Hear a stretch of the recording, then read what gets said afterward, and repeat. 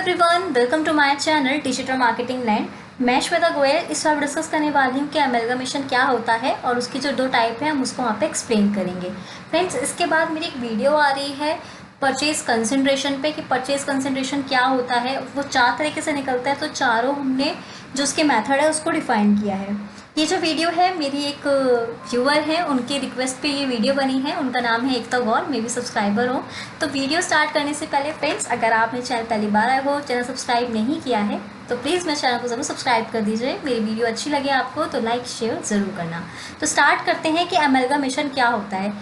तो फ्रेंड्स, अक्सर क्या होता है, हम कंफ्यूज हो जाते हैं कि अमेलगमेशन में, एब्जॉर्प्शन में और हमारा रिकंस्ट्रक्शन में डिफरेंस क्या होता है। तो हम यहाँ पे अमेलगमेशन की बात कर रहे हैं, तो बिल्कुल बेसिक से लेकर चलते हैं कि अमेलगमेशन क्या होता है।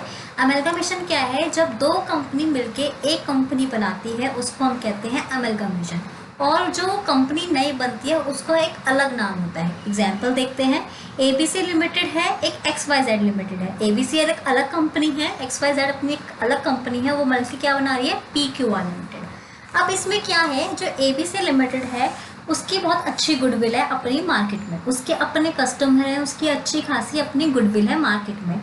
और XYZ के साथ भी यही है, अपनी उसकी बहुत अच्छी गुडविल है, उसके अपने कस्टमर है। एबीसी मिलकर XYZ मिलके एक कंपनी, एक नई कंपनी बनाते हैं, और इन दोनों में क्या होता है, ये सेम इंडस्ट्री में काम करते हैं। मतलब अगर एबीसी मैन्युफैक्चरिंग में काम करता है तो XYZ भी मैन्युफैक्चरिंग में काम करता है, और मैन्युफैक्चरिंग के भी सेम टाइप में काम करता है। क्लियर हो गया? अगर ये कंस्ट्रक्शन में है तो XYZ भी सेम कंस्ट्रक्शन में, मतलब सेम बिजनेस होता है इन दोनों का, और मिलके क्या बनाते हैं, एक नई कंपनी बनाते हैं, जो काम उनका वही सेम रहता है और कंपनी अलग हो जाती है। जैसे हमने एग्जाम्पल में देखा, एबीसी XYZ बन के क्या बनी? PQR। अक्सर क्या होता है, हम कंफ्यूज हो जाते हैं कि वेंडर कंपनी क्या होता है और ट्रांसफरी कंपनी क्या होता है। तो वेंडर कंपनी फ्रेंड्स क्या होता है, जो कंपनी बिकती है। वेंडर कौन होते हैं? जो अपना सामान बेचते हैं। जब हमें ये पता है कि वेंडर कौन होते हैं, जो अपना सामान सेल आउट करते हैं किसी और को, तो जो वेंडर कंपनी में क्या है, जिस कंपनी अपनी जो कंपनी दूसरी कंपनी को दे रही है। अगर ABC है और एक XYZ है, अगर ABC वेंडर कंपनी है तो XYZ इसमें भी वेंडर कंपनी है। मैं आप एग्जाम्पल दे रही हूँ। अगर ABC एक वेंडर कंपनी है और एक कोई भी अलग कंपनी है, एक कंपनी है, वो उसको खरीद रही है, तो जो खरीद रही है वो क्या हो गई? Transferee company. और जो बिक रही है वो क्या हो गई? जो सेल हो रही है वो क्या हो गई? आपकी वेंडर कंपनी। इतना में क्लियर हो गया? तो इस केस में कौन डिसोल्यूशन हो रहा है? किसका डिसोल्यूशन हो रहा है? एबीसी का और XYZ का। तो ये दोनों क्या बन गई? Vendor company. और परचेजिंग कंपनी कौन हो गई? PQR। हम इसको परचेजिंग कंपनी बोल सकते हैं और ट्रांसफरी कंपनी भी बोल सकते हैं। आगे चलते हैं। अब हमें ये देखना है कि जो कंपनी है वो एब्जॉर्प्शन या अमेलगमेशन क्यों करती है। हम अमेलगमेशन की बात करते हैं, तो हमें अब ये देखना है कि जो कंपनी है वो अमेलगमेशन क्यों करती है। The purpose of amalgamation, company go for amalgamation for a number of reason. इसमें भी हम एग्जाम्पल देखते हैं, सारे पॉइंट्स कवर हो जाएंगे। एक कंपनी थी, हमने बात करी एबीसी, एक कंपनी हमने बात करी XYZ। दोनों अपने आप में बहुत अच्छी हैं, दोनों की अपने आप में मार्केट वैल्यू बहुत अच्छी है। अब क्या है, एबीसी के पास 5 लाख रुपए हैं और XYZ के पास भी 5 लाख रुपए, मिलके क्या हो गए? 10 लाख रुपए हो गए। अगर एबीसी को कहीं अपने पैसा इन्वेस्ट करना हुआ तो उसके पास कितनी लिमिटेशन है? कुल 5 लाख की। पर जब ये मर्ज हो जाते हैं तो उनके पास कितनी लिमिटेशन है? 10 लाख की। तो क्या कर सकते हैं, ये बल्क में परचेज कर सकते हैं, जिसमें इनको बहुत अच्छा डिस्काउंट मिलता है। ये अपने कॉम्पिटिटर को आराम से बीट कर सकते हैं। अगर इनका कॉम्पिटिटर के पास 6 लाख है या 7 लाख है तो उसको आराम से वो बीट कर सकते हैं। कंपटीशन बढ़ रहा है। अब हो सकता है एबीसी किसी अच्छी फील्ड में, मतलब मार्केटिंग फील्ड में बहुत अच्छी हो, और आपकी जो XYZ है वो आपकी फाइनेंस टीम में बहुत अच्छी हो। दोनों मिलके मर्ज रहेंगी तो एक कंपनी बनी जो दो चीज़ों में अच्छी है, मार्केटिंग में भी और फाइनेंस में भी। तो इसमें क्या है, गेनिंग सिनर्जी, कंपटीशन हो जाता है, हमारी इफिशिएंसी बढ़ जाती है, हम बिजनेस को एक्सपेंड भी कर सकते हैं आराम से, क्योंकि हमारे पास पैसा ज़्यादा आ गया और हमारे पास अब 10 लाख रुपए हैं। कहाँ हमें सोच के चलना पड़ रहा है कि हमारे पास 5 लाख रुपए थे।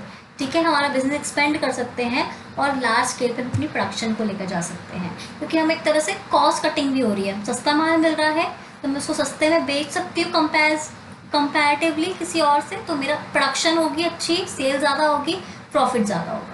क्लियर हो गया? पापा समझ में आ गया अमेलगमेशन का? ये पांचों पॉइंट हमें क्लियर हो गए। अब हम बात करते हैं इसके टाइप्स की। तो अमेलगमेशन हमारे दो टाइप के होते हैं, in the nature of the merger और in the nature of the purchase. In the nature of merger, in the nature of purchase में खाली डिफरेंस 5 पॉइंट का है। वो हमने 5 पॉइंट पढ़ लिए तो हमें डिफरेंस समझ में आ जाएगा। और जो परचेज कंसिडरेशन निकलता है दोनों का वो सेम निकलता है। हमारा परचेज कंसिडरेशन 4 टाइप से निकलता है, जिसकी वीडियो आ रही है, आप देख सकते हो वीडियो। तो अगर मैं बात करूँ मर्जर की तो भी वैसे ही निकालना है परचेज कंसिडरेशन। अगर मैं बात करती हूँ परचेज की तो भी वैसे ही निकालना है अपना परचेज कंसिडरेशन। तो बस हमें वो 5 पॉइंट पढ़ने हैं, 5 पॉइंट अच्छे समझने हैं, फिर हमें समझ में आ जाएगा डिफरेंस और मेरा अमेलगमेशन काफ़ी हद तक कंप्लीट। 5 पॉइंट क्या है? All the assets and the liability of the vendor company are transfer. Assets पता है, लायबिलिटीज पता है हमें क्या होती है, वेंडर कंपनी पता है। तो उसकी हमारे सारी असेट्स और सारी लायबिलिटी हमें ट्रांसफर करनी है। ऐसा नहीं है कि मैं खाली करंट असेट्स की बात कर रही हूँ और ऐसा नहीं है मैं खाली करंट लायबिलिटीज की बात कर रही हूँ। जितनी भी मतलब असेट्स हैं, जितनी भी लायबिलिटी है, वो सारी ट्रांसफर होंगी। नेक्स्ट कंडीशन है share holder holding 90% of the face value of equity share become the share holder of purchasing company. ठीक है, अगर वो जो कंपनी जो परचेज कर रही है कंपनी, उसकी 90% जो शेयर्स हैं वो रेडी होनी चाहिए उस कंपनी को परचेज करने से लिए।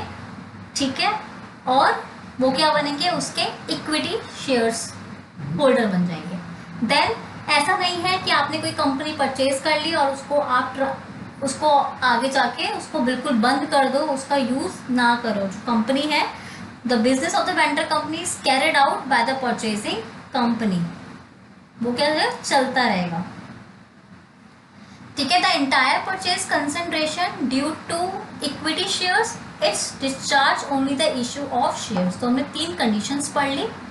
ठीक है, फिर क्या है, जो इंटायर परचेज कंसिडरेशन हो रहा है इक्विटी शेयर्स को क्या मिलेंगे इशू, ओनली इक्विटी शेयर्स। ऐसा कुछ नहीं है कि इक्विटी शेयर्स को आप कैश दे दो और उनका वहां से वो शेयर होल्डर हट जाए, इक्विटी को इक्विटी ही मिलेंगे।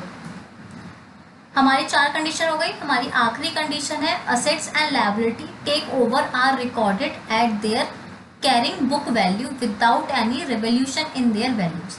ओनली रिकॉर्ड होगा, हम कितने परचेज कर रहे हैं ये कुछ नहीं है। ठीक है, हम खाली क्या कर रहे हैं, रिकॉर्ड कर रहे हैं।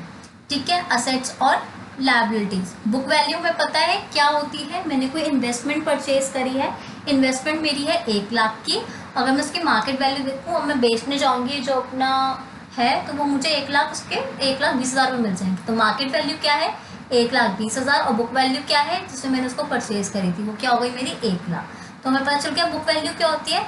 तो हम मेरे को सारे असेट्स और लायबिलिटी को रिकॉर्ड करने हैं किस पे, बुक वैल्यू पे, विदाउट एनी रिवोल्यूशन। रिवोल्यूशन मतलब होता है किसी वैल्यू का दोबारा रिवैल्यूड करना उसको। ठीक है, ये हमारे 5 पॉइंट थे जो हमने पढ़ लिए। उससे आपको समझ में आ जाएगा कि क्या कौन सा हमारा नेचर हमारा परचेज का है, कौन सा हमारा नेचर परचेज का है। अगर हम बात करें डिफरेंस की तो आप एक बार डिफरेंस पढ़ सकते हो, इसका आप स्क्रीनशॉट भी ले सकते हो, आपको बहुत क्लियर हो जाएगा। लास्ट हमने जो परचेज कंसिडरेशन की बात करते हैं, तो परचेज कंसिडरेशन अगर मैं बात करूँ परचेज में, नेचर ऑफ परचेज में, तो अगर मेरे को ज़्यादा मैं परचेज करती हूँ, मतलब अगर कोई वैल्यू किसी कंपनी की 1 लाख है और मैं उसको 1,20,000 रुपये देने में रेडी हूँ, तो मैं एक्स्ट्रा क्यों दे रही हूँ, क्योंकि उसकी गुडविल अच्छी है, तभी तो मैं उसको एक्स्ट्रा पे कर रही हूँ। तो वो जो जितना एडजस्टमेंट डिफरेंस आता है वो गुडविल में आता है। और अगर कम होता है, किसी की 1 लाख वैल्यू है, 1 लाख वर्थ है, मैं उसको 80,000 रुपये दे रही हूँ, तो वो मेरा किस में आता है, कैपिटल रिजर्व में आता है। पर in the case of the merger सारा एडजस्टमेंट कहाँ होता है, हमारा रिजर्व्स में। क्लियर हो गया? कोई डाउट हो कमेंट सेक्शन बॉक्स में आप ज़रूर कमेंट कर सकते हैं। मैं पूरी कोशिश करूँगी कि मैं आपको वहीं पे आपकी प्रॉब्लम सॉल्व कर दूँ। इस वीडियो में इतना ही। अगर आपको मेरी वीडियो अच्छी लगे तो प्लीज़ मेरे चैनल को ज़रूर सब्सक्राइब करें, मेरी वीडियो को लाइक करें और शेयर करें।